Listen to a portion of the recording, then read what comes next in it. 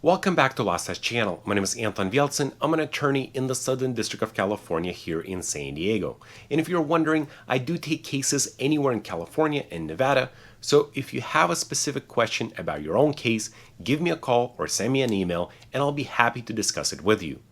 And this week, let's focus on the Fourth Amendment. Now, you don't have to be a constitutional wizard to know that the Fourth Amendment protects against unreasonable searches and seizures. And generally speaking, officers need to have a warrant before they conduct a search. Now, what if they do get that warrant? Does that mean that all the evidence that they find automatically gets in and can be used against you in court? Well, the short answer is no. You can still challenge the validity of the warrant. And in this week's case, we're going to look at the situation where the officers go to this person's house, they go through the trash, and they find some drug residue.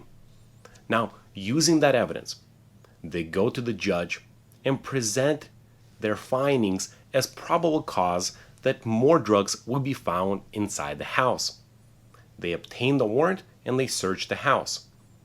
Now, the individual later challenges the warrant, saying that it was not valid because drug residue is not necessarily indicative that more drugs will be found inside the house.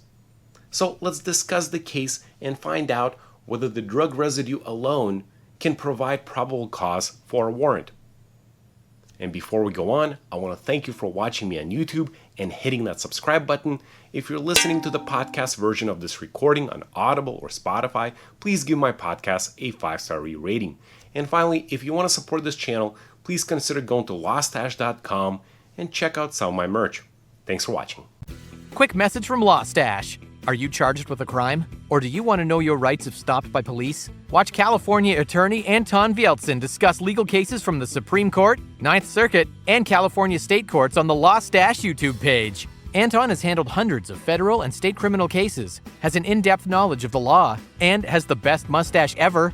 Subscribe to the Law Stash YouTube page. That's LAWSTACHE. Today we'll be discussing United States versus Abernathy, and it's a case that deals with the Fourth Amendment and search warrants.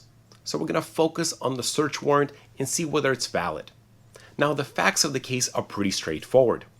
Officers go to Mr. Abernathy's residence. They go through the trash bin that's left outside next to the curb. They sort through the trash and they find some drug residue. Now, before we go on, you might be asking yourself, did they need to have a warrant to search the trash? Well, the quick answer is no. And you should go back and watch one of my videos, which is California versus Greenwood.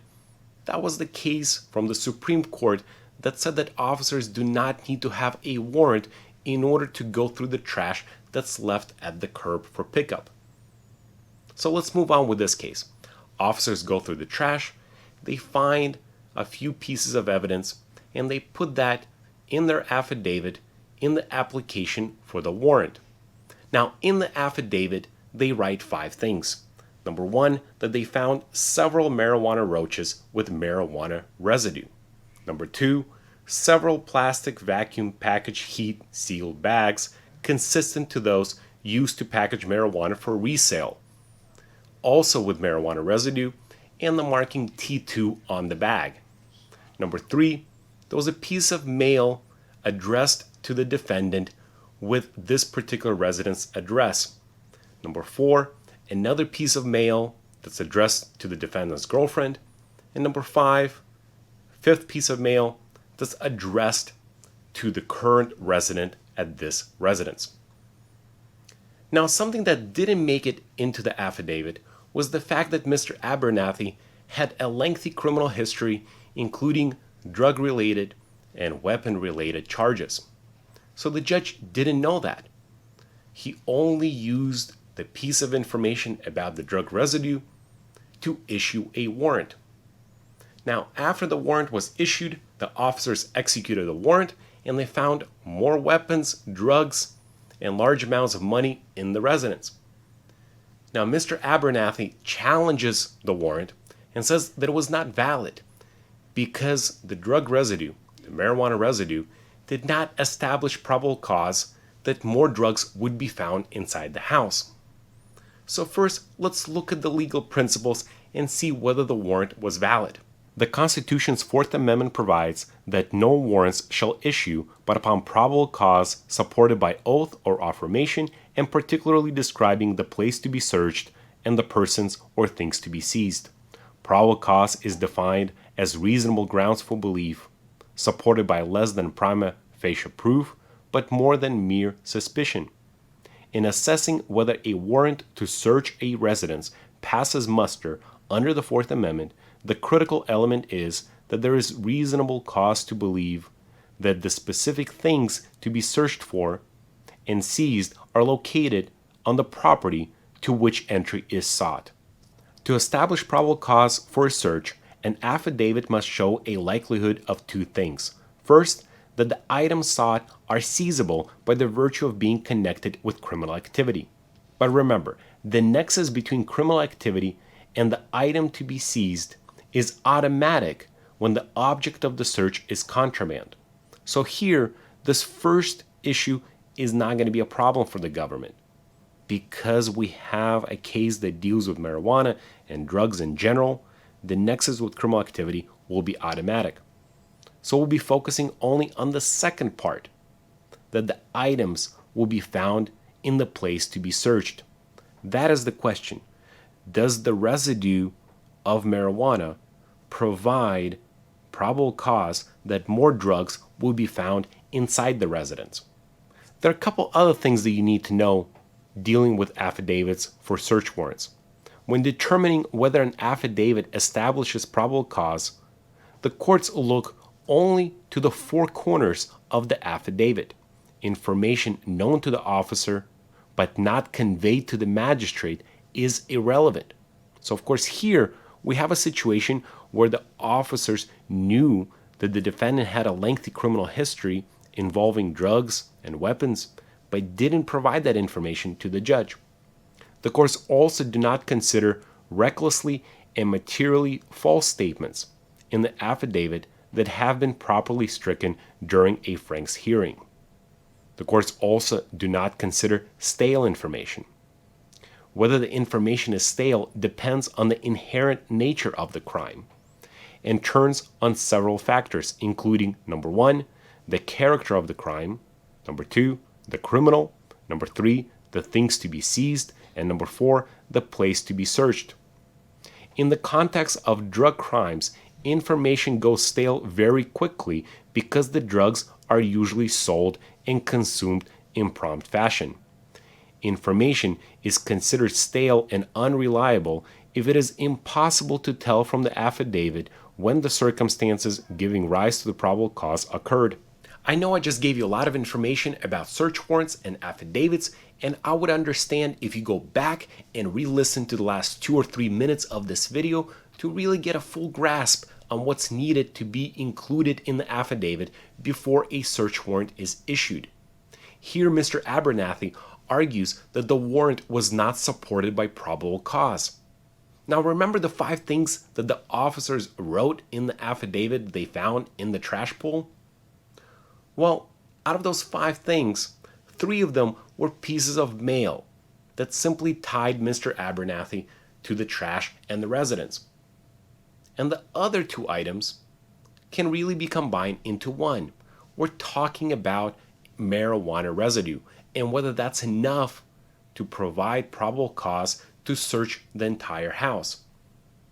Now, courts have previously established that the trash pool combined with other pieces of information would provide probable cause. For example, in one case, the court held that there was probable cause where the police observed defendants engaged in controlled drug buys and recovered drug items from the trash.